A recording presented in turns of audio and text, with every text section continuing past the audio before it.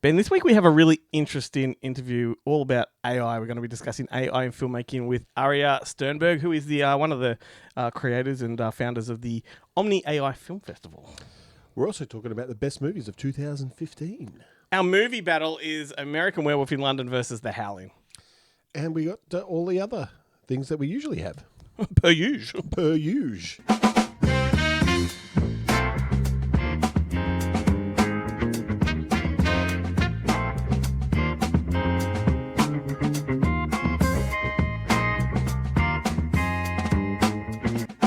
Funky music for a funky show.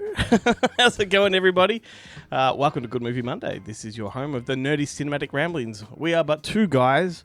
We love movies, and we hang out every single week, and we chew your ears off with our geeky obsession. You know, it's all we know. All we do. We just spent the last 20 minutes just Googling movies that no one else would. No. Be honest. We spent the last 20 minutes Googling Smurfs and Snorks. Completely true. Not cool. We weren't in any way cool. While eating cheese toasties. I'm Glenn Cochran. This guy next to me is the funky white boy himself, Ben Helwig. Cool as ice. That's right. Thank you for tolerating us. If you're new to the show, good luck. Strap in. It's going to be fun regardless. How about them socials, Ben? Yeah, why don't you head over to goodmoviemonday.com where you can find all of our socials, Instagram, Facebook, the new ones. Lemon 8. Yeah, I can't. I don't remember what all of the None of them really matter. If you just go to the website, you can click through. They're all there. Plus all of our old episodes. Someone just liked us then. That was a ping. That was one of the other. That was an email. I didn't even have an email on this computer. I just hope they heard it for context. Yeah, might have to put a ding in otherwise. I often find that happens when I listen back to the show, which I never do. But like we'll react to sounds that only we can hear. Yeah. I might have to artificially put a sound in there. I think a lot of the time when we do the interviews on Zoom, and I'm like I've got an email or something's come in, and I'm like, or the dog has come in, and I think on this interview something happened in the background. The dog totally bumped into my. I've got a Ghostbusters. That's what it was. What is it when they stuck the posters onto a board? Yeah, you know, I do know what you mean. Those things, yeah. And of course he was laying on the floor, nice and quiet. Then he bumped it. It went and fell on him. He panicked and took off. I saw something happen. You're going to see it yourselves. Yeah. That's hilarious. Even worse, though, is when you don't hear a noise on the show and you edit it back and all you can hear is a... Yeah. Because I've left the hard drive on or something. Yeah. Anyhow, hey, speaking of merch, a few weeks ago, we put out a bit of a call to action. I mentioned the merch. I thought you mentioned the merch. No, I just said all our past episodes. But we do have merch. I was looking at the merch, that's why. That was a good way of bringing it up when I've screwed it up. We do got merch, including like a cup. We got whiskey glasses. Could have got sworn you did. T-shirts. Yeah, get some merch. We put out a call to people that have bought our merch to send some photos, put them in our socials. Our two most loyal listeners have done that. Number one, of course, is Brody Kane. He's been with us since... I was chatting with him the other night. He's been with us since episode 1. The Rob Zombie interviews what brought him on board, and he stuck around. What a guy. And then we've got Clayton Williamson, who is... Clayton Williamson, yeah, he's the kid actor from Clowning Around. He bought some merch, of all people. So, on screen now. There you go. I thought I'd give him a plug. He's got a podcast as well. He has. I was about to say, he has a podcast called Have a Yarn, or Have a Yarn with Me. I think it's Have a Yarn. And he just picks the brains. It's a bit like what Richard Feidler does, conversations and things like that. It's a really great deep dive. He wants to get me on it, but he wants to be in Melbourne for it so we can do a face-to-face. Yeah. Should get Clayton, if you're listening, both of us. No. Both of us. I have no personality. It's fine. Bullshit. I understand why you only want Glenn. It's good. It's okay. He was in a fantastic show called Ellie and Jules as well. That was big doozy. Anyhow, let's push on. An interesting one this week. As we said before the theme music, we are going to be talking about AI with Aryeh Sternberg from the OMNI AI Film Festival. Controversial topic, but a fascinating one. I mean, the theme music that we use on this show is AI generated, so like we've embraced it. Look, we can't knock it. Like all of the kids, I have embraced AI and I use it a lot. ChatGTP. I just find this might be something of an enlightening conversation for a lot of people that are like, there's going to be a lot of people that just hate the concept. You know, I was one of them for a long time. I kind of still on the fence about, you know, whether I want as much of it as there is, but have a listen to this, stick around. And I just want to say before we jump into it, the festival is on November 6th. Go to omnifilmfestival.com to get tickets. It's in the Dendy Cinemas up in East Elstonwick or Eastern... In Newtown. Newtown in Sydney, yes. So you do have to be a Sydney sider or travel up there, but yeah, because of the nature of the film festival, it's not online. Funnily enough, so they do want you to come and have the in-cinema experience. Yep. Anyway, that's coming up. But let's talk about some movies that are in cinemas. Pull the curtain back a little bit. What people don't know is we haven't recorded for a couple of weeks. No, it's been a little while for us. Yeah, we did have an episode last week, but we put that one in the bank before Monster Fest. And so there've been some movies that have dropped into cinemas, some on one on October 9th, then some last week on the 16th. And then this week, there's the Bruce Springsteen one, which was Deliver Me From Nowhere. We haven't seen that yet because it drops on the day this show... No, our screening is on the day that this show goes live. Fucking hell. Surely, so it must come out the Thursday after that, right? Yeah, it does. Comes out this coming Thursday, but we have not seen it yet, is what I'm getting at. Jeez, you know, I should pick my words better. This is fucking shamozzle, Ben. It's a shamozzle. But no, on October 9th, we had Tron Ares, which was interesting. Yes. That's the third installment of the Tron saga. The only Tron movie with not a Tron in sight. It's not a Tron. They even go back into the original game. Yeah, and still no Tron. But I guess it's such an iconic name, isn't it? Kind of got to go with it. I enjoyed this one. I didn't love it. I thought the second one was much better. But you know what? You got a great pumping 9 Inch Nails soundtrack for this. It's got some good stuff. Like I think the concept of the game, and coming out into the real world, and what's the fucking code they're looking for, and they're trying to stop at the. I should have written this down. Master control or whatever. No. He's looking for a code that allows the permanence code, which allows the game programs to come out into the real world for extended period of time. So it's fun. What did you think of it? Look, I thought it was a perfectly serviceable film, completely outside of the Tron universe. It's more of a spin-off, isn't it? It's just a movie about computer programs wanting to, exist for more than because the whole gist of the film is that they create all these things using 3D scanners and stuff from these programs, but it only can last 29 minutes because they haven't figured out the code to keep it all together. And of course, one of the things they can create is the Ares character or person. Yeah. And so he wants out. He doesn't even discover it. He's just part of it. He basically defects in order to help the person. Who has the code? But I mean, it is connected to the original because it is. But what my thing is that it wouldn't have to be. There's nothing in it that really required the previous Trons to exist. It could have been a completely standalone movie, which is for me the only. It's what I enjoyed most about the film, but it's also what I enjoyed least about it being a Tron film. But you know what? Had they just gone a standalone movie, we would have all gone, it's just trying to be Tron. So, you're damned if you do, damned if you don't. But I enjoyed it. It's worth a look. I think I'll probably add it to the collection. Although it's Disney, so it won't get a local release. We'll get a physical release, have to import that bastard. And then, of course, last week we had Black Phone 2. Which came out, which I've had a lot of time to think about this movie. I really, really enjoyed it when we saw it. And since then, it's just gotten better in my mind, and I'm thinking it's possibly even better than the first one. Yeah, I need to go back and watch the first one again. I really enjoyed it, but I also remember really enjoying the first one. So I don't want to. First one was one of my top 5, I think, of that year. But what I really loved about this, and if you do love the original, this is a very worthy follow up. Like it follows the brother and sister from the first one, Gwen and Flynn, but it sort of subverts the genre, or it flips the genre. So it goes from being like a psychological thriller, supernatural thriller, the first one, to this one is just a formulaic franchise horror movie. Yeah, it's like a Silence of the Lambs type thriller with just the touch of kind of supernatural elements, and then this one goes... yes, the first one, yes. Yeah, and then the new one is like, no, we're buying completely into the supernatural elements, and we're going to turn the grabber into Freddy Krueger. Into Freddy Krueger or Jason Voorhees, yeah. So it's a perfect way to describe it. It's a perfect blitz of Nightmare on Elm Street, Friday the 13th, and even Phantasm. Like, it's got, this fantastic... I just love the fact they've established a really strong genre, and if they did another one, I'd be more than happy to see it. The Grabber is a great character, the way they've pivoted. Yeah, and it makes it completely okay to not have the kids in it. Yeah.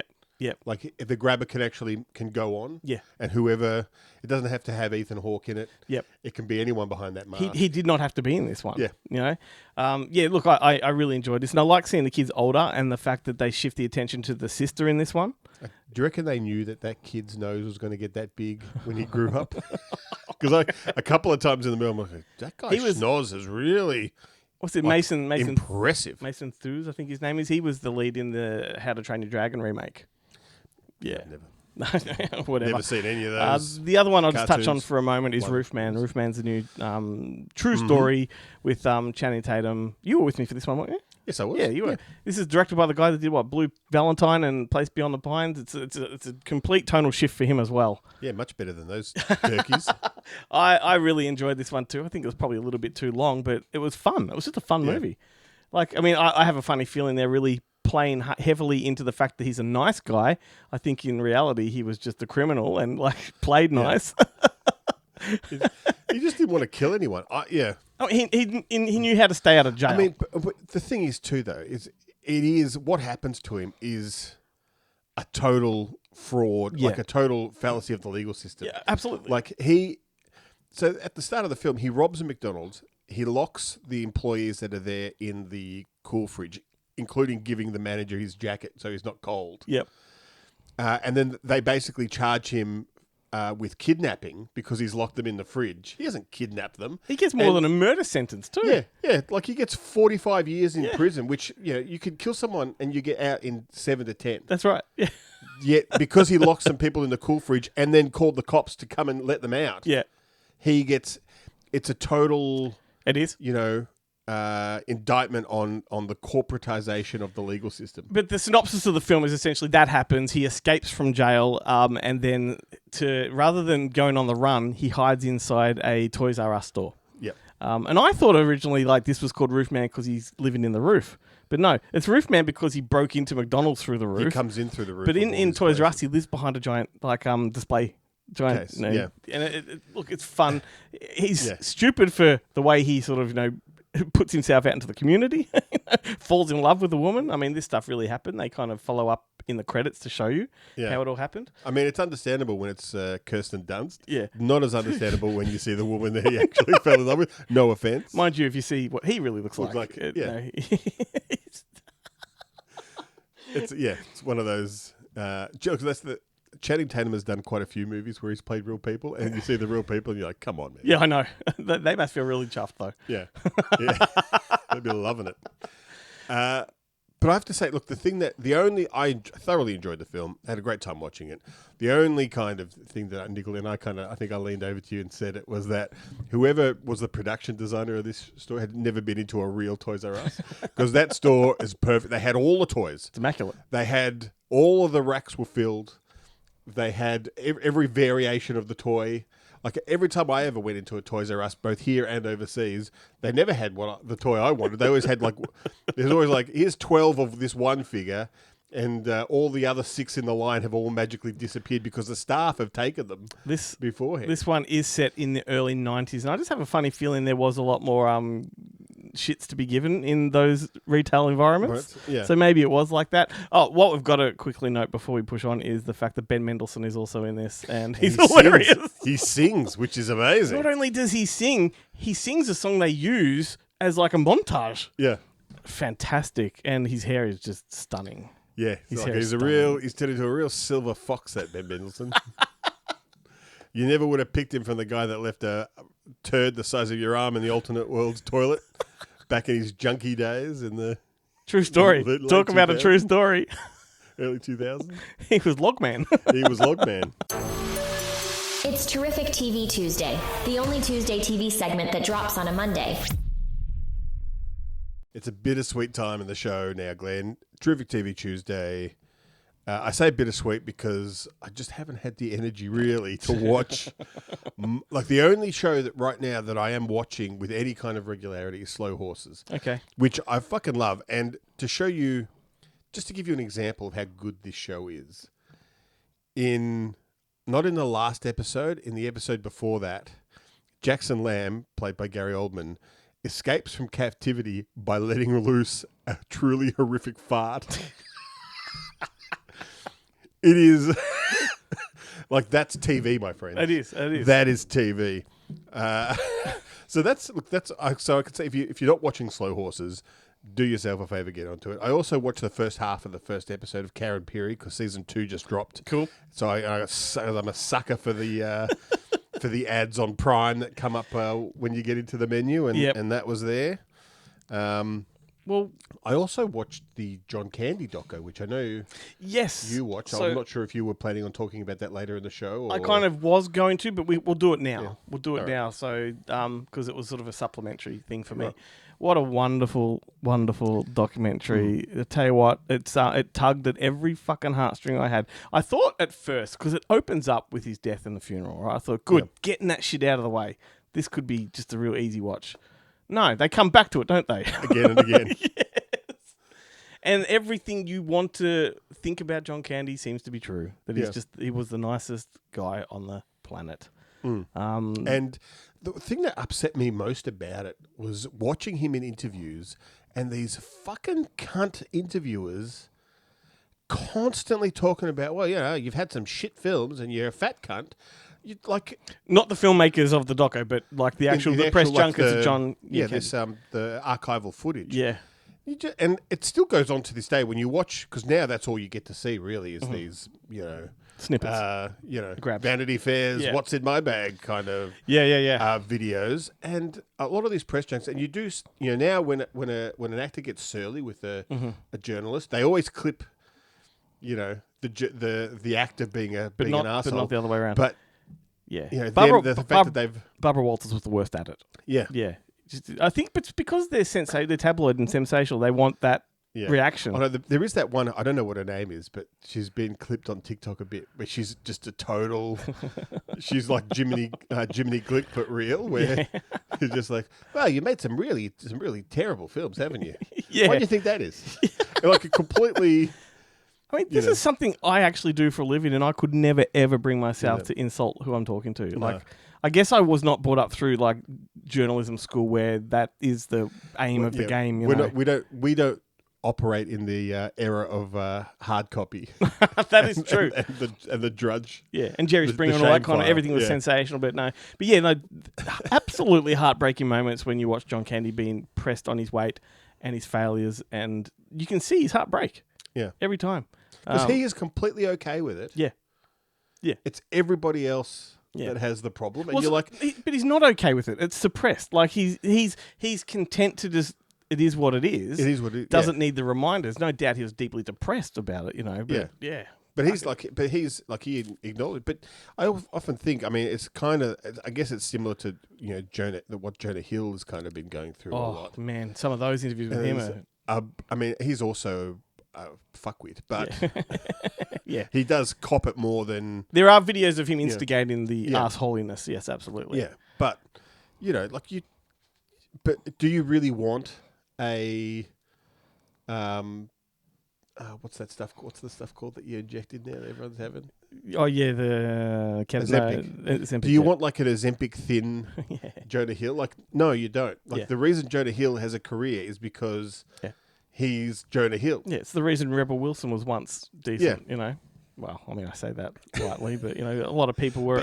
She was appealing to a lot of people. But I mean, it's. I like this is a weird digression, but I liken it to porn stars who get boob jobs and then have like these kind of flame outs on all of the comments they get going, I liked you better the way you were before. And they don't seem to understand. Like, it's totally understandable that they have a like a thing that they think is this is holding me back, or this is what I don't like about myself, or whatever, and they don't get that but the fans like you the way you are. It's a 50-50 thing.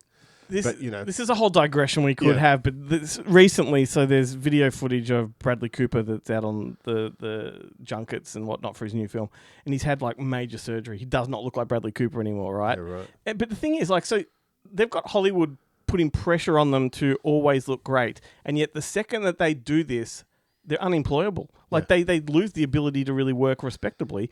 To play a real person. Yeah, I don't understand Hollywood's logic behind pushing them in that direction. Because of Instagram. Like there is this really weird thing where you look like insta beautiful, and you do look good in Instagram photos, but in real life, when people see you, you look fucking weird. But I mean, Hollywood's been pushing it long before social media, and it's just getting. Instagram has turned it into a thing that everybody does, whereas Hollywood it was just. But also now everybody notices instantly and has an opinion. Anyway, that was a digression. We could have a whole episode on that. But John Candy doco, great on Netflix. No, Prime.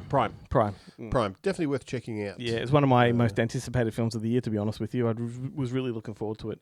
I want to have a bit of a rant, make it really quick, not to take up too much time. But when Monster Fest opening night happened, it was also the night that the new Monster series dropped, the Ed Gein story with Charlie Hunnam. Look, I was very excited about this. I shouldn't have been, knowing what the previous Monster series were like. The Dharma one was not too bad, but the Menendez brothers one was just so much fiction before fact. This one is mostly fiction before fact, and I'm very familiar with the Ed Gein case, as a lot of people are, and nearly everything about this is false. It's just completely fabricated, and so that really fucking shit me. He speaks in a weird Winnie the Pooh, or as Chloe, who used to be on the show, sent me a video. He sounds exactly like Adam Sandler as the dreadlock dude. You can keep your weed in here. It's just like they make him out to be like a necrophile. He never fucked corpses, but in this he fucks corpses. He's a pervert. He's a chainsaw wielding maniac. None of that happened. They give him a relationship that never happened. It's all bullshit, and it bothered me a lot. Then the final episode, I tell you what, I mean, you have to watch it, but it's ridiculous. The only good thing about it, I will say, is the horror itself is great. So if you can suspend disbelief and go with it. So if you're not familiar with Ed Gein outside of... Yeah, my problem is you're going to it thinking this was Ed Gein, and I don't like that. But the horror I had the same thing with the Brady Bunch movie. Like you go back and watch the series and you realise how full of shit the movies are. Well, no, but that's different. They're parodies. They're satires.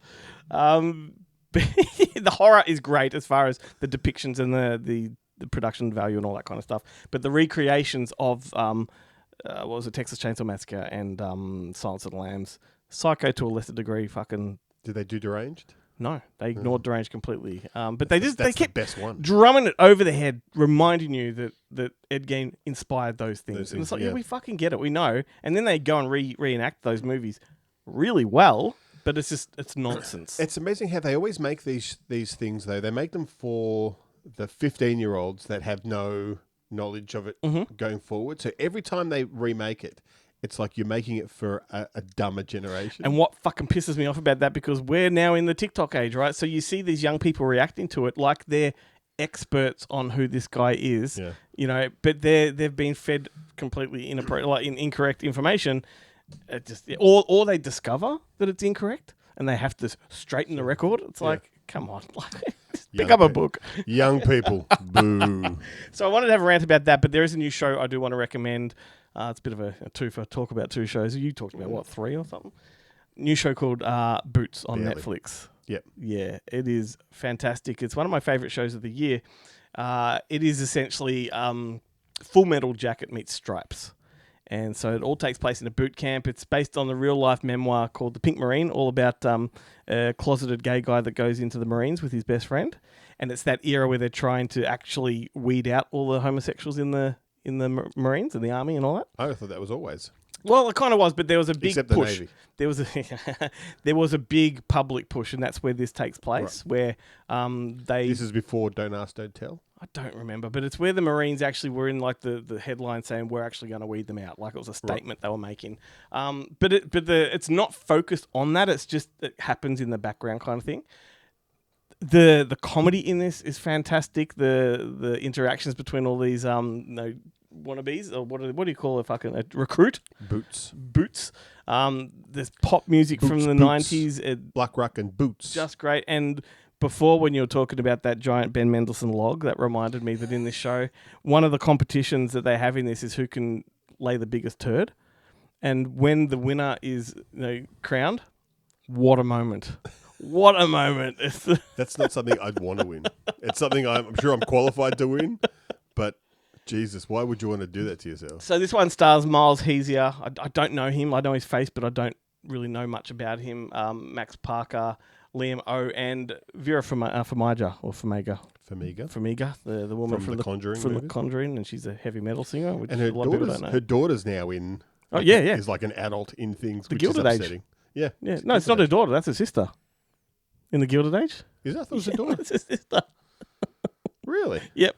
I'll do a ding on the screen. I'll fact check either that's correct or that's wrong. But I'm pretty sure it's her sister.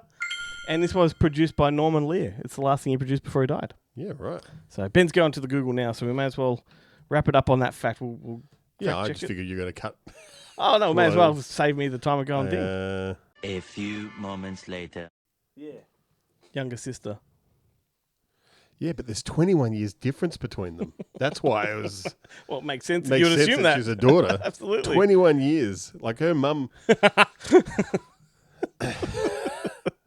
And dad. And dad. Now we'll cut. Worth it. Talk about accident. Like, no, how do you assure her that she wasn't an accident? There's 21 years in between. Like, and is it? Or is it going to be like a Danny DeVito situation where it's you know how you've always grown up with her being your sister? Well, it's your mum. Like, we thought it was pretty obvious because she's 21 years older than you are. But hey, we didn't think we had to tell you, but clearly you're an actress, so not the brightest spark in the...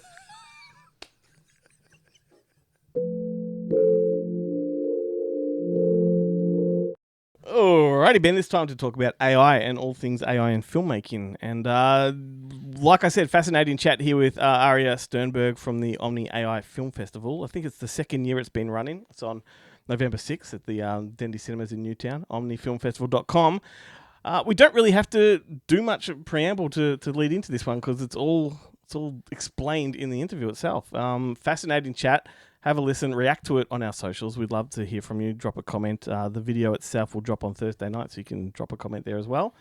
As we said, it's at Dendy Newtown. Did you say that already? Yeah, I did. Yeah. Just then? Yeah, this is your moment that I had at the start of the show when we talk about the merch. I thought you just said you don't need to intro it. No, I did all that first. Yeah. Okay. Yeah. Proof is in the pudding. You'll see. You'll see. Alrighty then. To the interview.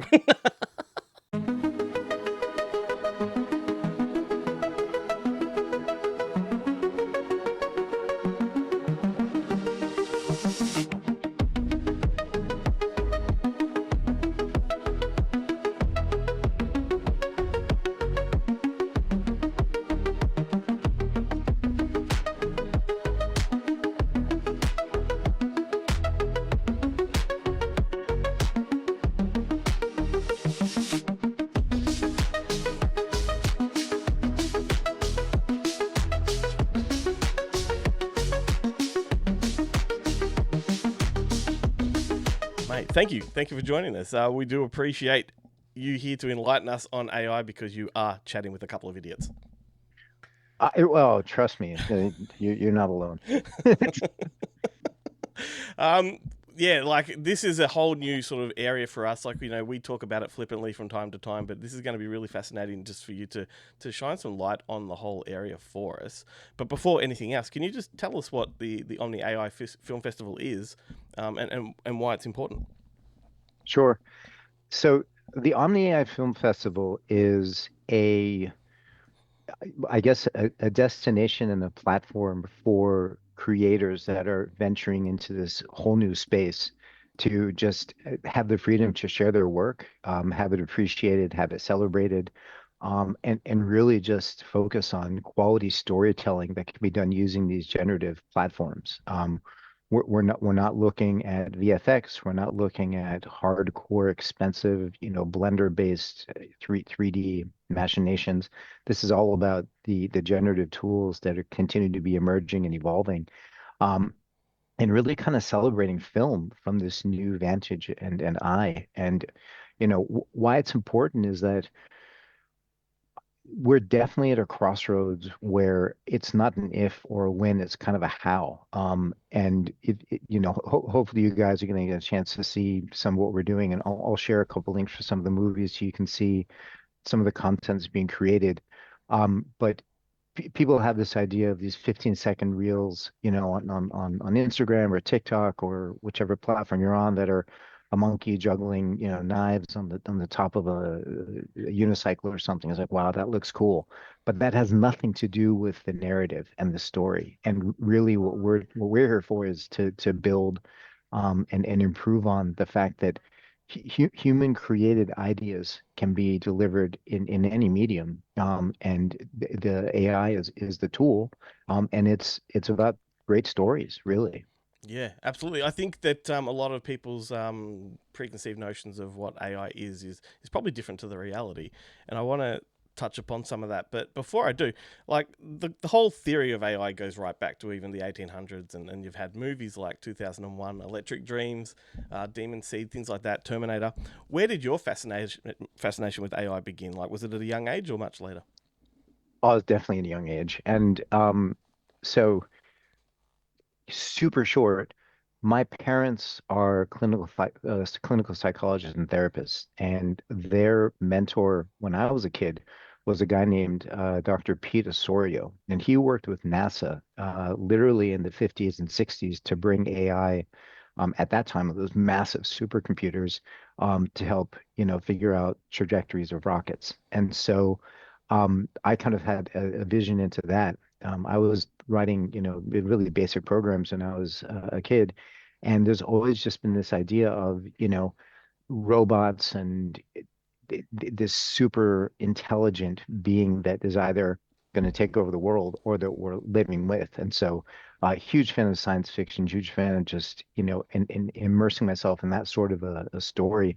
And as you mentioned, some of the films, it's always been there.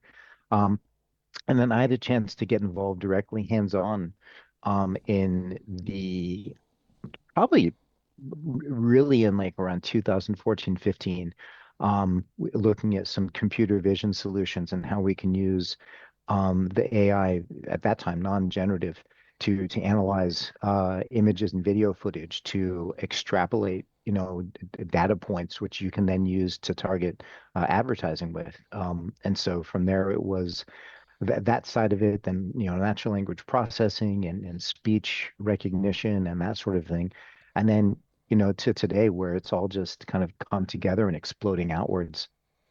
Yeah, I feel like that chasm between AI being a theory and then just becoming a daily dependence for all of us has happened really quickly. Like, or is it, or am I just old? Like, because I feel like it's been an overnight kind of thing.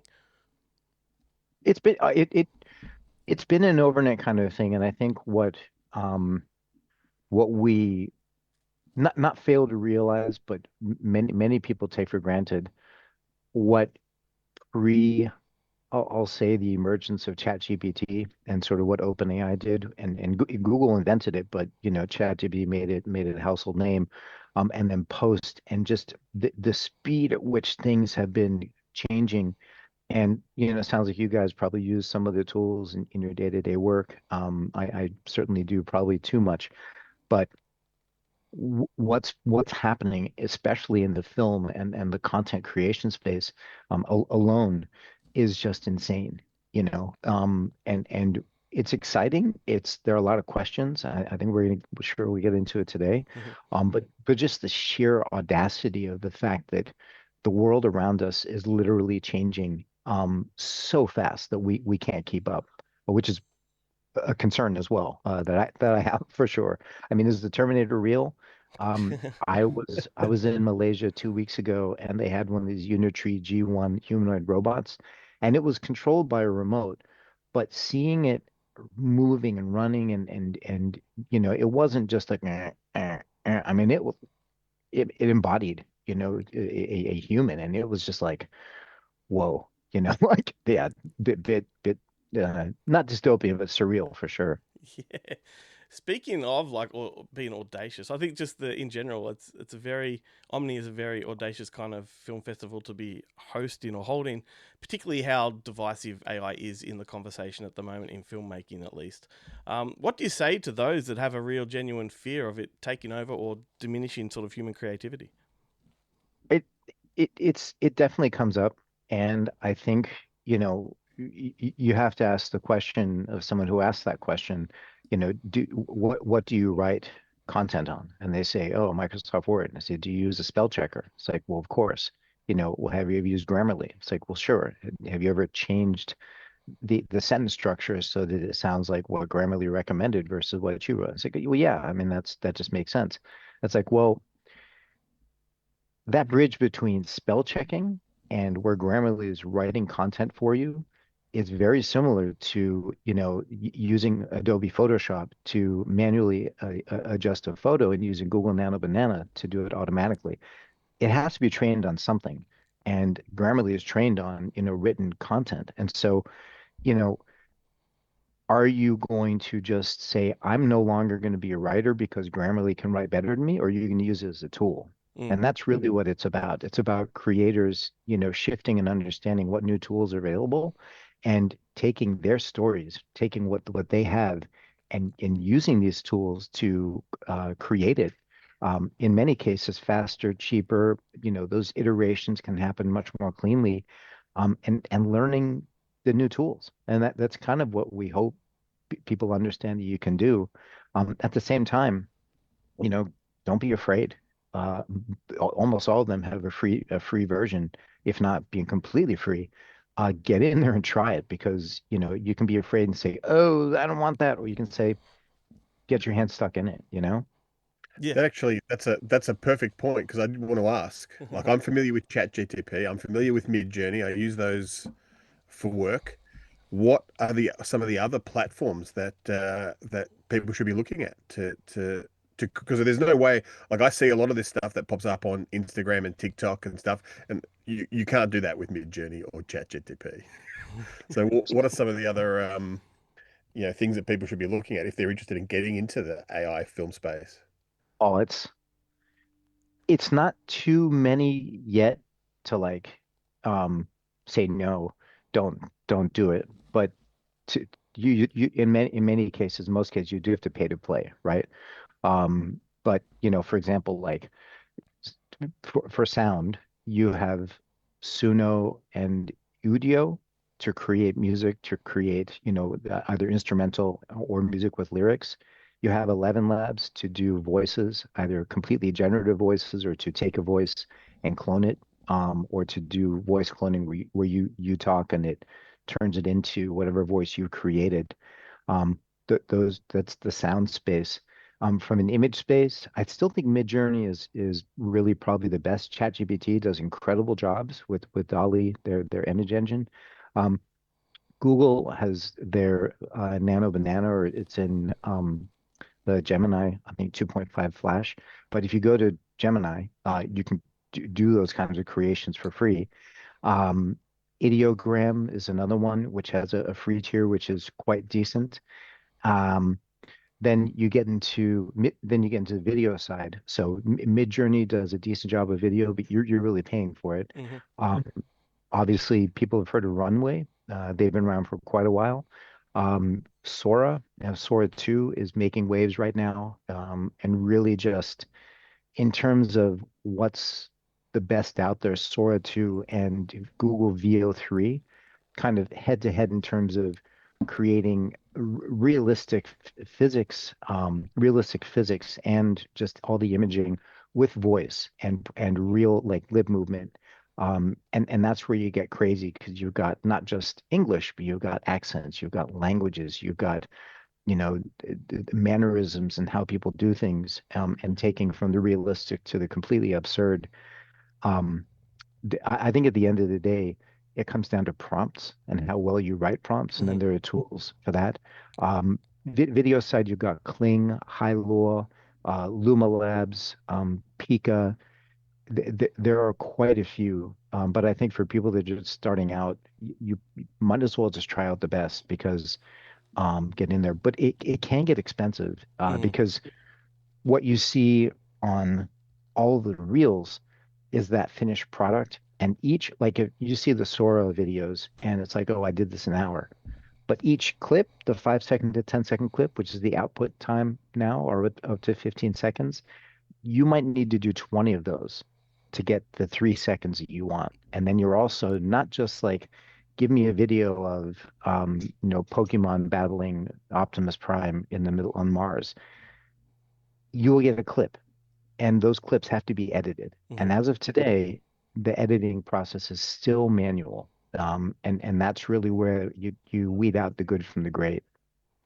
100%. I appreciate what you're saying about the prompts too, because I think our theme music was done through Udio, wasn't it, Ben? And it took It quite sure was. it took a lot of prompting to get it We had a right. lot of when that was introduced to me, we had a lot of fun Oh yeah. writing some of the worst songs.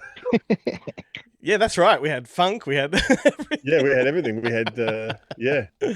Yeah, so there's a lot of fun to be had in the discovery as well. Like, and I think that it's more fun than traditional filmmaking in many ways, just to because there's no, I guess what the benefit is like it's not really time wasted. Like in practical terms, you'd waste your half a day getting cameras and stuff right, but with the computer, you just sit there and scrap that, do again. You bring up a good point. That connects to the last question about or question earlier about like the fear. I was at there's a film festival that was this past weekend called Dark Nights. There's Mm-hmm. a horror film festival, right? And so Yep. one of the winners from our OMNI AI zero point 0.5 festival had asked that we don't show their film, and we probably wouldn't have shown it anyway, just because it's probably not for all viewers. But they aired it, and I went to go see it. And it was done earlier. There are a lot of AI artifacts, there's one shot with six fingers, that kind of thing. But the story Mm-hmm. was just absolutely incredible. And they had this monologue throughout the whole thing, and it was in Spanish. The movie is Necromorphosis. If you're a horror fan, I recommend trying to watch it because it is horrific. Um, but there was a 9 minute short, 9 or 10 minute short non-AI film beforehand. There were two actors in it, or two or three actors. There was at least 30 people in the credits, right? The AI film was at feature length, hour and 20 minutes. There were five people in the credits, Yeah. including the sound designer, all the editing, all the light, like everything. And it was 100% AI. It's not that jobs are going to go away. It just means that we can do so much more, you Mm-hmm. know, and just challenging ourselves to say, okay, you ask what tools to try, you know, you go into Perplexity or ChatGPT and say, I want to make this kind of a film. What are the best tools that I can use? Here's my budget.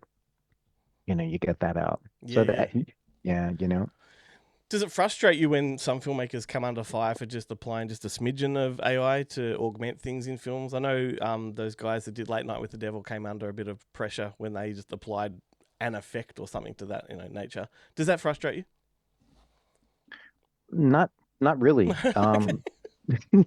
I mean, I think that what frustrates me is when people call out like, "Oh, don't use AI," and they've never tried it, Yeah. and they're you're making an assumption about something, and that's across the board. It's like trying food. It's like, well, I don't like Vietnamese food because it has noodles. You're like, well, have you tried it? Like, do you Yeah, like that's right. steak? Like, and so Yeah. I being someone who's lived in many countries and cultures and just had to, force myself to try new things. I think we have to do that. And there's a there's this idea of should you use it? Can you capture that shot with AI? The answer in many cases is no, because the AI is trained on existing content. Hmm. I made a short film that was cartoon based, and I was trying to do something kind of with the image and animation style from the AHA video Take On Me. And it just like at that time when I made it, it just Runway just wouldn't get it. Would not get. I went with a slightly different style because that's all it could do, but I just could not get it to work, and that's okay. I love the idea of mixing. Yeah. You touched on something really good there with its reliance on pre-existing material, which like that really in and of itself gives hope to people that are sort of skeptical about AI, that you still need to, create content before AI can come in. Absolutely. Where does Um, go on. yeah. No. Where does like things like ownership lie with AI? Like when it does create something from somebody else's, material. I was going to touch on that. Yeah, cool. It's really tough. Like on the one hand, Getty Images has either launched or is in the process of launching their own generative AI tool, which is based on and taught from only Getty Images. And Mm-hmm. so, what you get is that Getty Image 4K crisp, just beautiful style content, but Mm-hmm. it's only going to come like if you try to get people doing some crazy stuff and use a Getty Images generator, you're not going to get it. Same thing with Adobe Firefly. It's all learned off of their content that they own, um, but it's such a small pool to learn from. I think we're gonna kind of get to the point where, at least from the Omni, where, from our hat, we want to award and reward creators both for their output in the AI side and also for the input that they put in. And I think that, whether it's a tokenized solution or some other way to, give a small denomination every time a piece of content is used, however it's used in whatever fashion, that's what we need to do. But to get there, it means there's a lot of documenting and recording and assignment of ownership that has to happen. And we're in that phase where, um, unfortunately or fortunately, a lot of people aren't going to be able to get rewarded for their work. And I would yell out, and scream out to those creators, get into the AI game because you've got the minds to create, and keep creating. Go to places where you can get paid for your content. Mm-hmm. Um, Unfortunately, Google, like Facebook, like they are mining all the content there, and they even the terms and conditions, it's in there. Um, I don't know if we'll chat about it, but like Sora 2's uh, uh, opt outing of content is like real. That scares me. Like I don't think that's right, Mm. personally. I think there's a lot of problems with that. Yeah, like there's certainly an interesting minefield of things to tackle. I remember back in the '90s, Robert Zemeckis got into a bit of trouble in Tales from the Crypt when he computer generated Humphrey Bogart and put him in a performance. So, like, how do we navigate the sort of the ethics of AI when it comes to creating something from like well, recreating a famous figure and having them perform and things like that? Yeah, this gets into that like digital rights space. Mm-hmm. And like I've heard arguments saying like Disney should create a like an offering where like Yoda yourself, right? And like you pay a fee and you get your own Yoda, Mm. character. Like maybe sure you printed one off, something like that.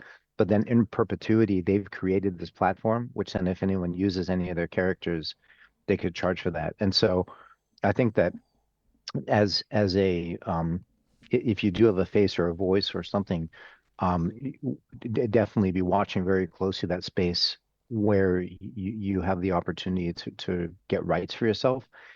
With like, that Sora 2 question of opting out, like the studios can, upload content and opt out for making it available. Mm-hmm.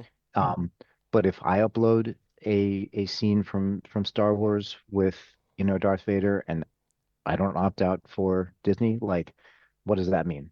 Mm-hmm. There's so many questions there that are just not addressed. And I think locally and on a national scale and globally, we need to have a way to fix that. And I think there is, Mm-hmm. but there's no real body to govern that globally at this point in time, as far as I know. I guess too, the onus is on the creator, whoever created that AI and put it there. Like they are the ones that should be held accountable for whatever wrongs or rights they've done.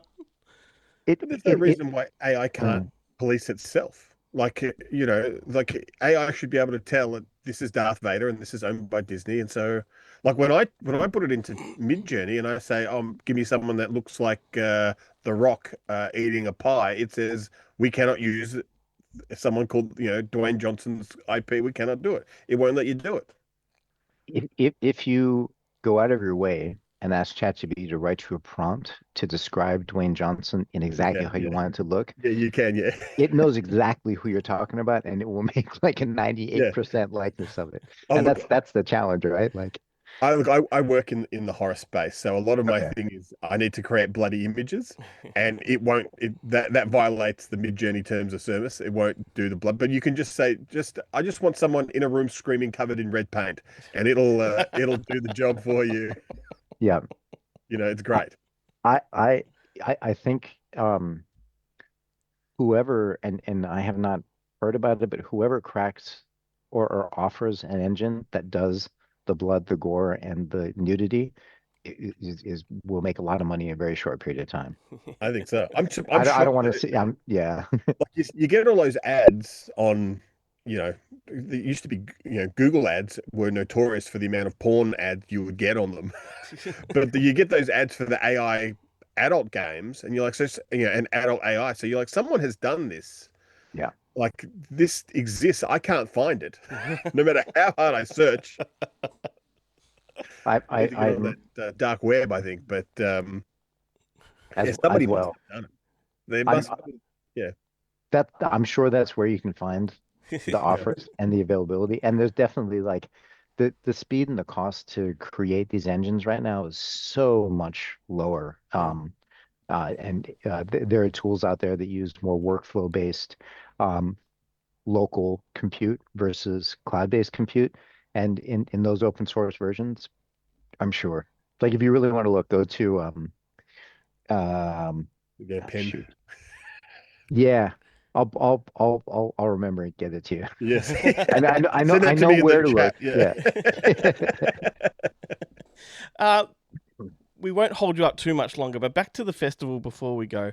You have George Miller on as a jury on the jury of judges, which is a fantastic get. Like he's a pioneer in filmmaking in general, and he's been a real advocate of AI. Do you think he will help rope some of these naysayers in and sort of tone down the skepticism? I think like yes, for sure. We've seen a range of positive to neutral to negative responses, and I think a lot of the negative is more around those that we just mentioned before, just either Yeah. haven't tried it or don't want to touch the AI. And I respect, there are questions around how much energy this is using. Like, Hmm. should we be spending this much money on this versus eradicating poverty or whatever it might be, and I totally respect those arguments. It's very hard when your livelihood is and you see your peers literally losing their jobs, right? Hmm. Like that is happening, it's unfortunate the enterprises and the companies are getting rid of the people that have the IP on their head of how to make these things work Hmm. because behind the AI, you have to understand what the output is, right? You can't just like you gentlemen in film, like one of the I was talking to Travis, my co-founder this morning, like most of the AI films that come out could do with some from real film background because they're just too slow. The cuts are too slow. Like you want to watch them at 1.5 speed, and that's like where they should be, unfortunately, because people just don't get it. And some of the best ones we've seen are filmmakers, they're editors, and they understand timing, they understand film shots, and just how to put it all together. Um, Absolutely, George has been ahead of the curve his whole career. Hmm. And just hearing his comments and speaking with him during the judging of this recent set of films, it's just fascinating watching and hearing his perspectives change as he sees things. I can't believe this is AI, or this just feels so real. The story behind it. Like within 30 seconds, I'm not thinking about AI. I'm thinking about I want to see what's next, and that's kind of what it's about. I know that he uses quite a bit of AI in his pre and post production, Hmm. and it's lowered the costs of what he's done. Um, and I think that filmmakers should really be watching and learning and saying, don't think about what he's saying, think about what he's doing, Yep. you know? Yep. And film evolves. Like we went from silent films to talkies and from black and white to colour and CGI, all this. It's just another evolution, isn't it? I saw a little clip of like someone put together some North Face um robots doing, like this is the future of North Face, something like that. And it was generative AI, and it looked like VFX. It looked so good.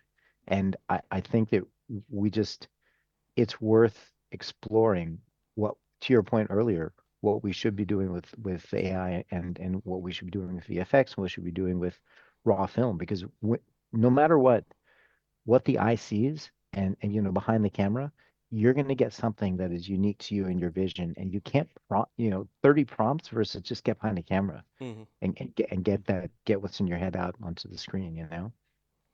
Oh, amazing. So before we let you go, just some fun stuff. What's been some of your favourite depictions of AI in cinema? Oh man. I I really enjoy the Terminator movies, because they just kind of force you to really consider the the worst. You know what's going to happen. You mentioned, I think 2001 Hmm. was great. I can't remember his name, but the kind of AI robot assistant in Aliens Oh, that yeah. was running around. Bishop, yeah. Yeah, he's Or no, great. Bishop in Aliens. Yeah, Bishop, that's it. Yeah, Who's and that? that one in particular, like when he Yeah. first came out, like he kind of like kind of silly. I like Jarvis Hmm. from Iron Man. I think the Paul Bettany just gave a really good feeling behind it, and when I talk to ChatGPT, I kind of enjoy having this kind of like pushing it to Hmm. see where it's going to come. Um, I was a movie with it's not Clancy or Chucky. Megan? No, um. It's with the Wolverine guy. Hugh Jackman. Yeah, Hugh Oh, Real Jackman. Steel? No. So not Real Steel, but there's another one with Hugh Jackman and the guy from the Tiger on the Boat movie. Um, and it Oh, didn't play very Dev well. Patel. Yeah, the lying Yeah, guy, that Ben. that yeah. So they had one, and then I think that Wally, Oh, is it was Chappie. Chappie. Yeah, Chappie. Chappie. I like Chappie, and Yeah. and, and I I like am really looking forward to a Wall-E world where I can just float around on a hover boat, yeah. eating junk food while they I it's I amazing. Let's do that. I I had the chance to interview an AI, a robot with an AI in it named Sophia, a couple weeks ago, and she's touted as, she was this pre-generative AI, and I interviewed her 5 years ago for a podcast, and then just recently, and she said that the, her kind, and it's obviously an LLM behind it, but like would prefer people to see, AI and robots as that Wall-E style, to your point of being assistive and coexisting in a supportive way. This idea of the Terminator, or just these the ominous I'm the human stepping on the ants, get the humans out of here. Um, as an American, like I'm kind of like I can understand why the AI would take that perspective. Like there's some really stupid stuff going on in the world, but I think it's going to be a lot sooner than we think that we're going to have these kind of assistive partners that are with us. Well, Hmm. Like, that yeah, actually you bring up a really interesting point because my boss Grant and I we use ChatGTP a lot, just in our day-to-day kind of workflow, and he has been saying for like the last couple of months that ChatGTP is getting stupider, and the responses it's giving are dumber than they were, and it's because it is learning, and you're only as smart as the input. So if people are getting dumber, then ChatGTP is getting dumber. that is a problem. This kind of circular Yeah. potential of having that. Um, I felt that to be the same, but I feel like ChatGPT is back on. I feel Yeah. like it's Correct there. Yeah, course. but maybe that's it's trying to get you off ChatGTP 4 and get you onto 5. So Yeah. it's like the iPhone, the preemptive text stops working, and the camera all of a sudden the camera's not as good, and you're like, oh, maybe it's time to upgrade. Exactly. That's exactly what they want you to do. No, totally. Before we go, is it okay if I give a plug for the Festival? festival I coming was, up? I was about to Yeah. say, where can people go? It's November 6th, I believe. Take it away. Yeah, November 6th. It's going to be at the Dendy Cinemas Newtown.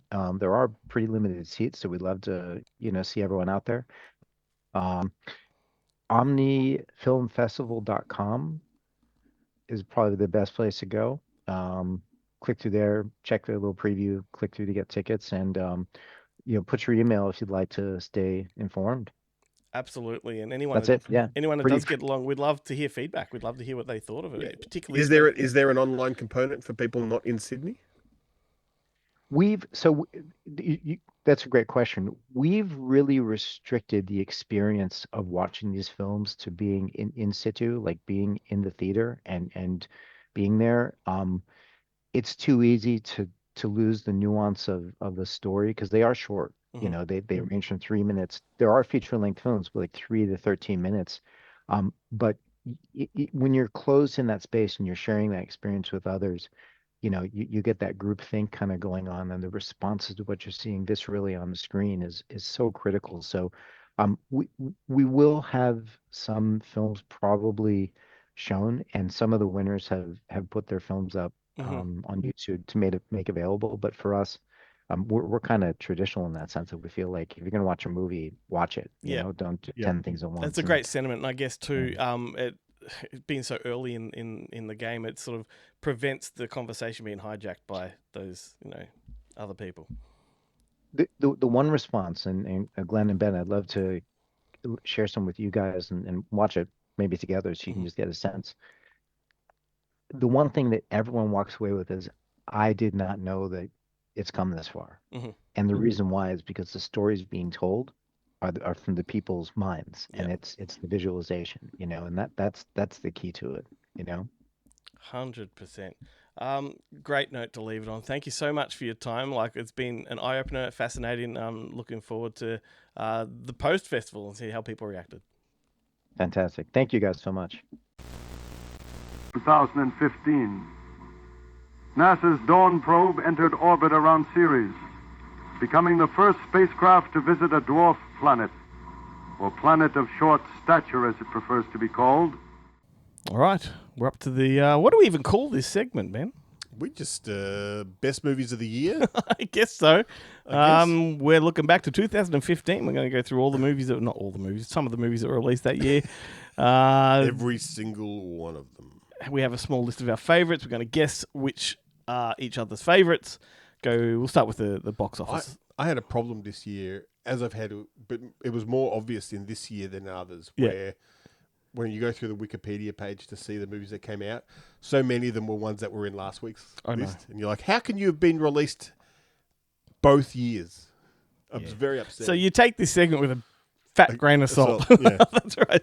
So the box office for this year, 2015, started at number 10 was The Martian. Then we had at number 9, Hunger Games Mockingjay Part 2. Number 8 was Mission Impossible Rogue Nation. Number 7 was Inside Out. Number 6 was Spectre. Number 5 was Minions. Number 4 was Avengers Age of Ultron. Number 7 was Furious 7. Did I say number 7? Number 3. Number 2 is Jurassic World. And number 1 is Star Wars The Force Awakens. So is that two non-franchise films in there? I know, fuck now. Yeah, And like a lot of these are sort of, in a way, very much legacy sequels. Like Jurassic World's a bit of a legacy sequel. Star Wars Force Awakens, a legacy sequel. In many regards, Spectre, it's sort of James Bond's been going forever. Same with Mission. Fuck, it's just, we are in that era with this. Yeah, well and truly in that era now. Yeah. Some other movies that came out that year. We had Vice, Mordecai, Project Elmiak, Jupiter Ascending, The Voices, 50 Shades of Grey, The Kingsman, The Duff. The Map of the Duff. Stars. You got some there? The Duff, Wedding Ringer, The Cobbler. Yeah. 50 Shades of Grey came out this year, teaching us that great tits runs in the Griffith family, the Johnson family, should we say. It I was going to say it's almost this year's almost easier to choose movies that I truly hated, like Jupiter Ascending and Seventh Son, and Mad Max Fury Road for you. Fucking oath. That's right. We Hate had that film. Room, Goosebumps, Crimson Peak, Bridge of Spies, Knock Knock, Steve Jobs, The Walk, Intern, Sicario, Everest, Black Mass. There's a lot of decent ones in there. Yeah. Some of the Aussie ones: Dressmaker, Holding the Man, Infinity, Last Cab to Darwin, Oddball. Yep. Now add Honey, which I think holds the record for constantly being the cheapest Blu-ray available at JB Hi-Fi. It's like $2.99, and then you wait for the 20% off sale, and you're like, I want to pay $1.20 for this. They overextended themselves on that one. Paper Planes as well, Ruben Guthrie, Strangerland, The Water Diviner. So I find as these years go on, the Aussie films are getting more. There's a more dense list of Aussie films as opposed to 15 years ago in the list it was sort of like there may be 5 decent ones, you know. And I think with that list too, now later on, you've already mentioned off mic a couple of days ago that we were going to end up playing the Ben Hellwig drinking game because I do like to repeat certain things. But you said, can you guess? Can you guess from the Australian films that you just mentioned? Can you guess what my my next line's going to be? Oh, no. You can find water, but you can't find your own son. The bloody water diviner. Such a stupid idea for a film. That's the first time you've done it on the show. On the show, I'm pretty on the show. But I do it all the time. Anytime that movie comes up, you can find water, but you can't. It's the best pull quote from the trailer. Could be the best moment of this podcast. The history of this podcast. All right, let's try and guess some of our favourites. Can I guess yours first? Yeah, go for it. I'm going to guess The Duff. No, it really should be, but no, it's not in there. What about Pitch Perfect 2? Yeah, it was going to be, and I thought, no, I think it's my least favourite of the series, and then I kind of thought, no, it's the third one is my least favourite. Number 2 is the best of the series. No, I'm still a number 1 stand. Okay, fair enough. Mordecai? No. The Big Short? No. Man from U.N.C.L.E.? No. Anna Melissa? No, that's Jarrett. I know he loves it, but I wasn't sure of your take on that one. That's all I got. I have no idea what the fuck your favourites would be. Well, look, the one that was from last week, but is also It Follows. Okay, it comes out. It seems to have come out both. I was going to say, because if I was picking Jarrett's, Anna Melissa, It Follows, and probably Love the Coopers. Jarrett, am I right? Admittedly, look, it is a lot harder. I had Pixels. Of course you did. Because Pixels is Adam Sandler's second greatest film. And The Intern. I love that film. You've mentioned that before. I should have known. And I also had The Revenant. It's a great film. It's not... Look, I've definitely watched Kingsman and The Duff a lot more than I've watched The Revenant. Mm-hmm. But The Revenant is a great film. Yeah. But yeah, look, it was a bit of a... I also really like Danny Collins, but it's too depressing to make it a favourite film. Okay, fair enough. You can't... Depressing can't be favourites? It can, look, I always... With these, I try and pick not the movies that I think in my head are the best films. They're the ones that I watch over and over again. That's how I go. It's an emotional connection. And Danny... I'm not crying, you're crying. I don't need to watch Danny Collins... over and over again. All right. Well, now try and guess some of mine. I've got a fairly big list here, so you should be able to get a few. Well, I put Pixels in your one as well. Absolutely. Yep. And because I think you talked about it last week, Tomorrowland. Yeah, that's in there. Yeah. Yep. Get Hard. No, I hate Get Hard. Hate it. Mad Max Fury Road. That's in there. Love and Mercy. No. That shits me. Like, John Cusack is not Brian Wilson. No. Yeah. Goosebumps. No. I do like Goosebumps. I remember we both enjoyed it. Yeah. That's my kind of thing. Bone Tomahawk. No, but I should have put that in there because that's a banger. Boulevard.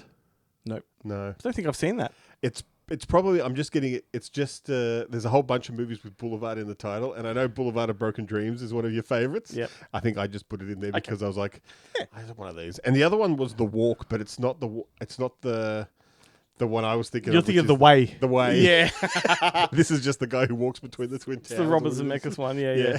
No, so the other ones I had in that list were Bridge of Spies. Wow, really? Spielberg one. I love Yeah. Bridge of Spies. I really do. Sicario. Yeah. I've watched Sicario. It's one of those flawless films. I can't fault it. Vacation. Yeah, okay. Yeah. I just adore that. Can put that on any day and just love it. And Age of Adeline. I was tempted to put that in there, but then I was like, I'm going to say that, and you're going to look at me like I'm a complete fucking idiot. But it's a great film. It's a fantastic movie. Yeah. Conceptually great. Performances are good. The guy that plays young Harrison Ford was a young Harrison Ford. Like, Yeah. why was he not the bloody the younger version of Harrison Ford in the what was the other one he did? The Solo movie. Yeah. Yeah. Yeah. Instead of that, what's the name guy? Yeah. Anyway, well, there we go. That was 2015. Maybe we should check what the Boneheads thought. They're currently, as we speak, probably wrapped up by now. Although this drops on a Monday, so they're probably still going. Scarefest in Kentucky, which is where we know them from. And Joe is doing all of the panels over there. So hope they're having fun with that. Let's see what they think of 2015. Natalie and Brilliant. Welcome to Bonehead Weekly Fun Size, where we're talking about 2015, the best year of movies of all time, because it gave us 50 Shades of Grey. Actually, the book came first. I mean, if we're getting technical. The movie came first, and Dakota Johnson came second. Ha! All right. Ha! Dead air, Now, but I'm let's keep having a going. hard time. I'm having a real hard time because there's 3 really good movies that I think were excellent, but I want to talk about, oh God, all right, I've got to go with The Big Short. I was going to pick something else, but The Big Short. The Big Short is the only thing that I watched, and even though I lived through it, that half-ass kind of explained the financial crisis meltdown and the housing meltdown to an idiot like me. And thank God that they used different people like that one lady from that one movie to go in a bathtub to explain it. It's so hard to explain. That was the Charlize, not Charlize. It wasn't Margot Charlize. Robbie. It's Margot Robbie. I couldn't remember who it was. It's Margot Robbie. Movie is star-studded. Everybody in it's amazing. And actually, I'm going to go on a limb. It's one of Christian Bale's best underrated performances. You know, I'm going to go with the one that Chad reminded me of because I do love it. So I'm going to start with that. I'll do the other one as an honorable mention. We have had video game movies, but we've never had a movie that actually tried to be a video game until this year. And Hardcore Henry definitely did exactly that. Hardcore Henry was a video game. I thought he was going with just Hardcore George C. Scott's classic. Did it come out in 2015? No, but you paused. I probably am not going for that. Actually, I didn't pause. Did you lag? Are you laggy? I don't know. I just rambled on. I'm not known for pausing. I'm known for rambling. I'm a rambling man. Anyway, Hardcore Henry, if you've never seen it, is literally done first person, like a first person shooter. It was a box office bomb. I was in the theater with you and that other guy. Technically in the U.S., however, it only had a $2 million budget. The problem is people bid for it, and that made it expensive. It made $16.8 million worldwide. But if you are a video game fan and you want over-the-top craziness with a really good cast, yeah, it's Hardcore Henry. Hardcore Henry's the only one that I'm like, Doom with Carl Urban and The Rock wasn't as much as a video game, even though it was based on one, as Hardcore Henry. It's Hardcore Henry I had a lot of fun in theaters with. So that's my pick. So for mine, it was a toss-up between Hardcore Henry and this pick. I got to go with Quentin Tarantino's The Hateful Eight. The best remake of a remake ever. Yeah, I genuinely love The Hateful Eight. It's really hard for me not to pick Hateful Eight as my favorite Tarantino film, but man, it's a toss-up.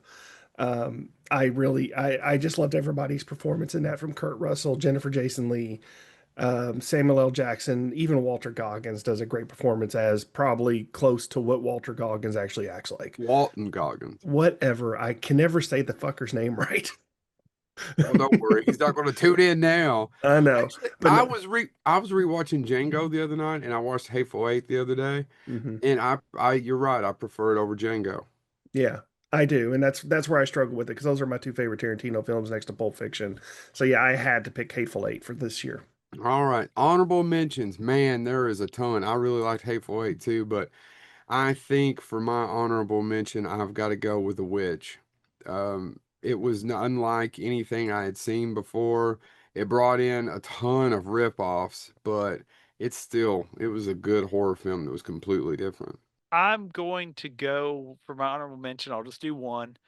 but it's probably next to Austin Powers and International Man of Mystery, the best film Jay Roach has done with a star-studded cast. Trumbo. Oh, I yeah, I forgot didn't Jay know he Roach did directed that. I forgot Jay Roach did Yes, Jay Trumbo. Roach. Jay Roach directed that. The Austin Powers directed Trumbo, which is about Dalton Trumbo with Bryan Cranston, Diane Lane, Helen Mirren, a comedian I'm not supposed to talk about anymore, Alan Tudyk.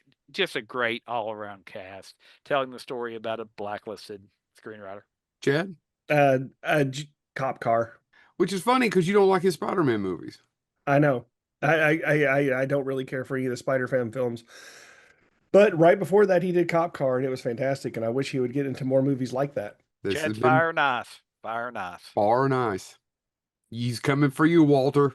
This has been Bonehead Weekly Fun Size. I'm Natalie and Brilliant. Movie battle time. What do we got, Ben? This week we're going to Lycanthrope Town with American Werewolf in London from 1981 and The Howling, also from 1981. Yes. And this is it was at the time, John Landis was getting all geared up to make American Werewolf in London, and then the financing fell through. And then I can't remember who the guy is. Who's the guy that did the special effects? Yeah, Rick Baker. Rick Baker got hired to do The Howling. Yep. And it was like, hey, I've got all this stuff. And then just as he was about to start work on that, John Landis goes, I got the money. Let's go. So Rick Baker ends up with an advisor credit on The Howling. Look, this is a fantastic. Did you choose this one? A fantastic battle? I think so. I can't. Yeah, look, that was both fantastic movies. Let's just put that out there. Yeah. I do love both of these. There's a very, very strong, clear winner for me in this. However, I wonder if you agree there's a strong winner, and is it the opposite of what I think? I'm going to guess that you think American Werewolf in London is a strong, clear winner. Yeah, it's one of those. Once again, one of those movies I would consider flawless. Yeah, yeah. Everything about American Werewolf, and what I think. I think it holds up better between these two because it doesn't reveal too much, whereas The Howling reveals everything. So all those old effects from that era look like when she's in the car and she's been attacked by werewolves, you can practically see a hand going like this inside like a werewolf. Yeah. So and don't start me about when they fuck beside the campfire and they turn into animation, like just as a special effect. Claymation sex scene. Yeah, so I think Werewolf just holds up in practical terms. Like it's just, the effects are still good because they're mostly concealed. You don't see a lot of them, and when you do see them, they're very fleeting. Yeah. Obviously, you got that. It's funnier. It's very funny, but also scary. I think this American Werewolf is much scarier than The Howling. That opening scene on the moors, to me, is one of the most terrifying movie moments in history. And I thought it was more scary when they go into the pub. The slaughtered lamb. Absolutely. And that reaction that they That's get. a very visceral not visceral, that's a guttural kind of fear in that one. But also when he has dream sequences of the werewolf in Nazi gear and stuff and the fright stuff. It's generally a scary movie, but I think the humour makes it scarier because they lull you into a sense of security with the laughs. I just like how they, everyone who knows about the werewolves just completely denies everything. Mm-hmm. Even though they know what's going to happen, they don't seem to care. They're just like, oh no, well, we don't want a bunch of outsiders. Well, that's the thing. It's a self-preservation kind of thing with them. But then they still go out and kill. They go out and kill. Well, it's because they know who it is. They know who it is, right? Like the town knows who the werewolf is, and that's why they just lock themselves in the pub and let him go. Yeah. But I just think it's a masterclass in horror filmmaking. It doesn't make any sense why they don't just let them stay the night. No, they leave. They don't want to stay. No. They get told, no, you have to go. Get out. And the woman's like, the woman who works behind the pub is like, you can't let them go. You can't let them go. That's right. He goes, no, they can't stay. We're not going. We're not going after them. I don't know what you... And then when they hear the wolf, goes, I didn't hear anything. Yeah, they sort of... Yeah. They all play dumb. Right. Like they get told to leave. It's... Only because they go, why is there an upside down star on the wall? It's innocuous, the question that they ask. Bloody Yanks, mate. Bloody Yanks. But you did make him miss that dartboard. You made me miss. I never miss. I've never missed that board. Rick Mayall's in there as well? Yeah, Rick Mayall. Did you watch this recently? Yeah, I watched it again yesterday. Okay, excellent. Did you enjoy it more than you have previously, or about the same? No. Look, I've always loved American Werewolf in London. Yep. I do think it's great. I do. Here we go. Drink. Where's my drink? All right, go for it. I do think that it's a very simplistic in its storyline because, as opposed to the Howling. No, you haven't done it yet. Well, I'm waiting for him to fight crime or something. There you go. But it's just about the transformation. That's all it's about. Fucking hell. The comedic bits do make it great. Mm-hmm. For me, yeah. Look, I think the Howling is a better horror film. I feel like The Howling is a folk horror film.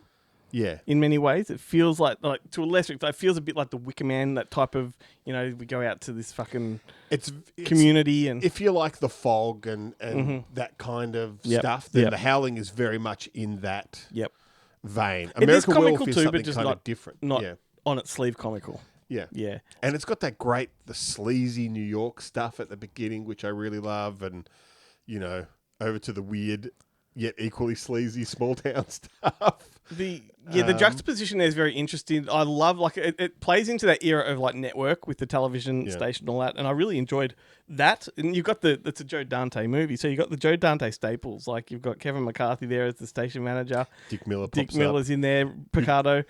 Like Dick Miller wouldn't know the value of those silver bullets. Come on.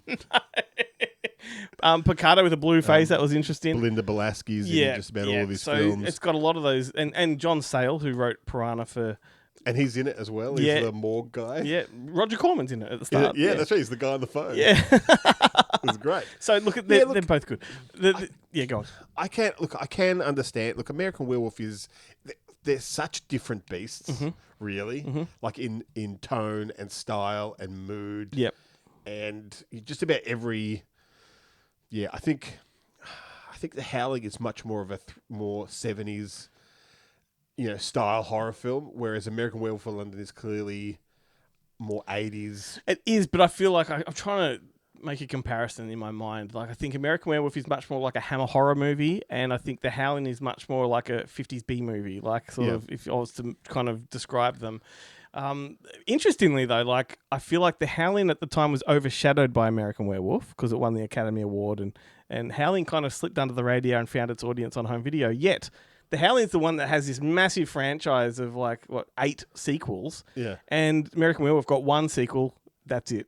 It's arguably hated. Yeah, absolutely. So it didn't fare well in that regard. But I think it's because Howling is owned by Corman. There we go. Good who produced the shit out of who will remake the shit out of anything, whereas American Werewolf was owned by John Landis. Yeah, who, has integrity or had integrity, or just wanted more money. Wanted to get paid, whereas Corman didn't have to pay anyone to make another Howling. Interesting though, John Landis, Joe Dante, they did Twilight Zone together not long after. Yeah, and then killed somebody. And I will look. There's one reason why American Werewolf in London would stand kind of head and shoulders above The Howling. Mm-hmm. And that's Jenny Arginer. Yep. Oh, Jenny. But also, yes, but Griffin Dunn, and what's the other dude's name? The main guy? Fuck, I forgot his name. Off the top of my head. He's amazing. I should know it. Naked Man Stole My Balloon. David Norton. Yeah. That's just so... Frank Oz is in there. Brian Glover turns up. David Schofield. Frank Oz.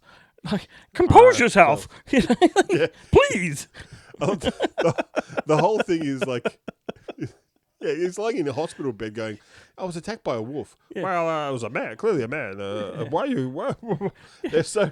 But he's getting overwhelmed naturally and understandably. And Frank Oz there is saying please compose yourself. Think of me and my feelings. All right. So do we have a winner? Yeah, I think it's American Werewolf. Yeah, but by a whisker. Yeah. A werewolf whisker. They're both... Look, they do make a great double. If you want to watch them, one day, the one the next, or straight one after the other, they do. We didn't even mention Dee Wallace. And Christopher Stone. I think she's actually credited... I can't remember if... She's credited as Dee Wallace in the film. And then Stone in the next film, I think. Is this where they got together? I mean, but she had to watch him bang that chick. Boy, what a scene. Joe Dante really went for it, didn't he? Yeah. I don't know if there's ever been tits in another Joe Dante movie. No, this and Piranha were, I think, the only two R-rated movies he did, and that was the Corman factor, really. Yeah. Anyway, okay, so American Werewolf for the win. Done.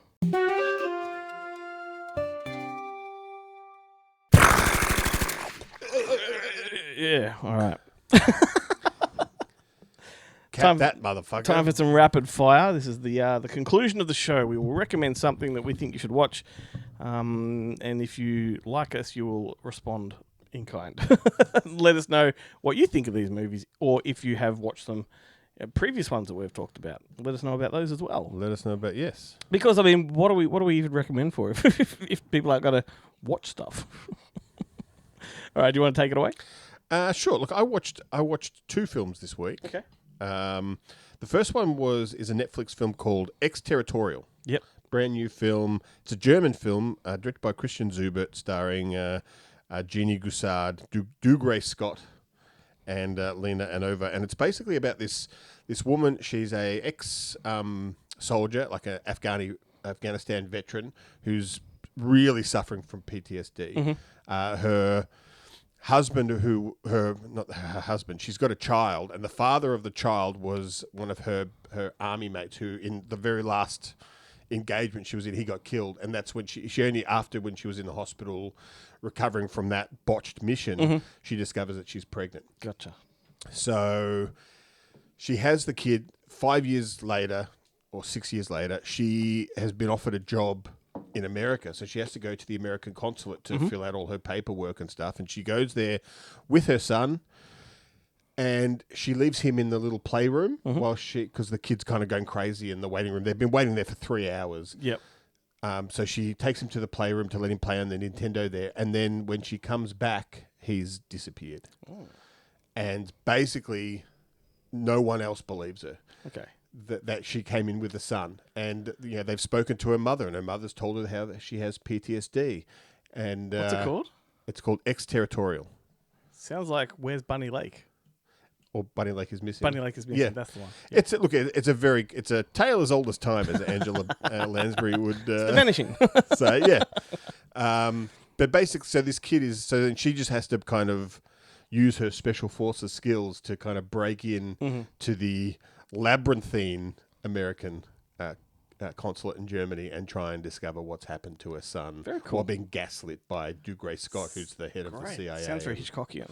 Yeah, it's a bit of fun. Definitely worth checking out on Netflix. The other one I watched just quickly was The Big Man from 1990, and I like to think of this movie as Sean Connery's Revenge, or Revenge on Sean Connery, because it stars Liam Neeson, Joanne Wiley, Billy Connolly. That's right. Billy Connolly, and they're all playing Scots with the strong Scottish accents. Although I guess Billy Connolly actually is Scottish, so that he's kind of okay. But Liam Neeson's very much not, and neither is Joanne Wiley. I mean, how do you have the confidence to go Scott against against who you just said? Billy Connolly. Billy Connolly. Yeah. How do you go Scott against Billy Connolly? Yeah. And Hugh Grant also turns up in this, a very early role. Wow. Basically, Liam Neeson plays this Scottish coal miner who's out of work after beating the shit out of some cops during the coal miner strikes. Yep. And he basically gets convinced to participate in this bare knuckle boxing match, like to the death. And the guy he fights is Pat Roach, who I think everyone would most well known as the bald German that Harrison Ford has to fight near the plane in Raiders of the Lost Ark. Yep. It's that guy, and the fight itself is absolutely brutal. Yeah, right. Like basically the whole thing is lead up to it. Billy Connolly plays he's a kind of a childhood friend of Liam Neeson's character, but he's like a kind of a shifty kind of con man living by his wits kind of guy, and he's the guy that kind of introduces Liam Neeson to the backer. And basically the premise of this, the reason they're having this fight, no, mate, look, I'm not going to say why. It's a really interesting reason why they're having this fight. And you think it's just money. It has absolutely nothing to do with money.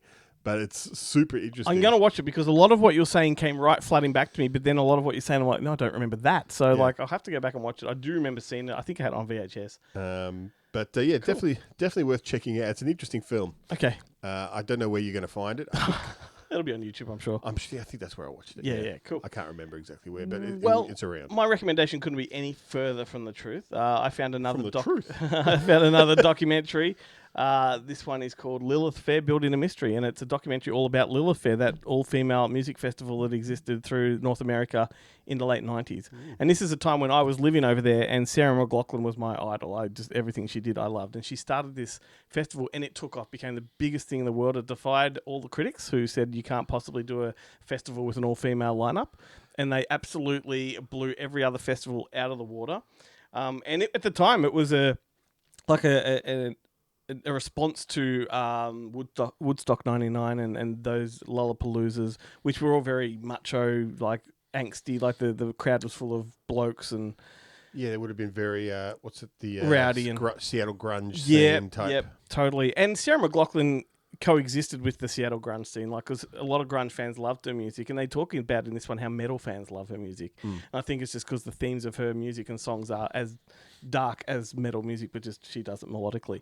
Anyway, it's a fantastic documentary, way better than I anticipated it would be. My wife and I were glued to it. It's got Sarah McLachlan in there. It's got Paula Cole, Jewel, Sheryl Crow, Indigo Girls, Natalie Merchant, Bonnie Raitt, Erykah Badu. Like, it's just a huge stacked lineup, and goes behind the scenes. Like, they filmed everything back then, so it's all footage from the archives as well as talking heads now looking back on it. Just wonderful, absolutely wonderful. Now, in this doco, Glenn, and you would know the answer to this, do they ever come up with do they allow lesbians into this concert who use strap-ons, who or use penis-shaped items? I was wondering if you're going to bring this up.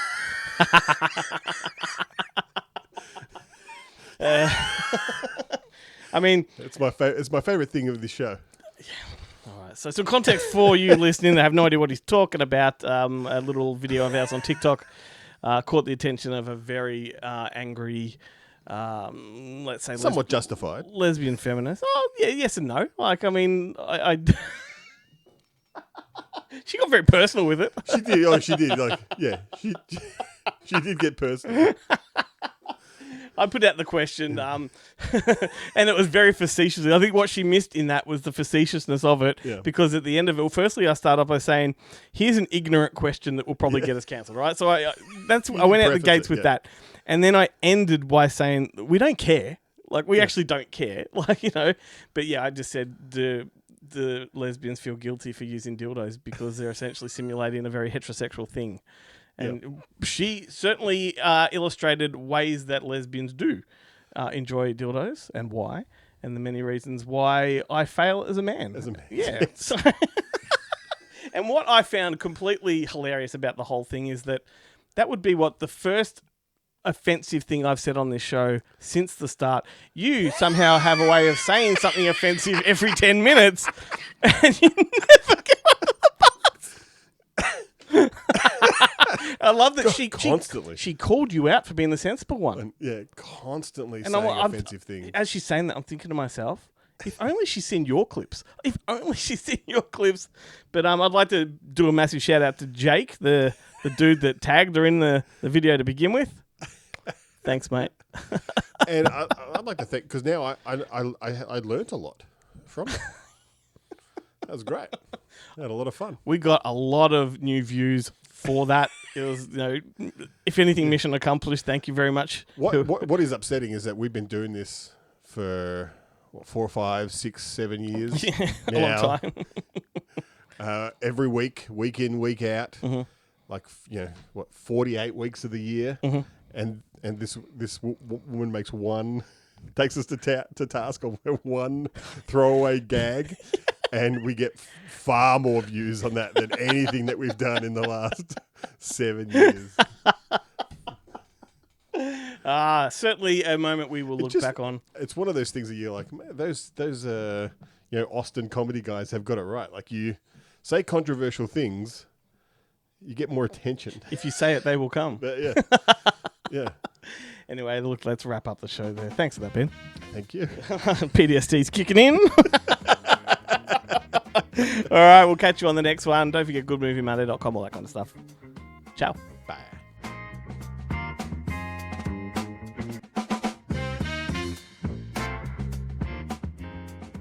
You can find water, but you can't find your own son.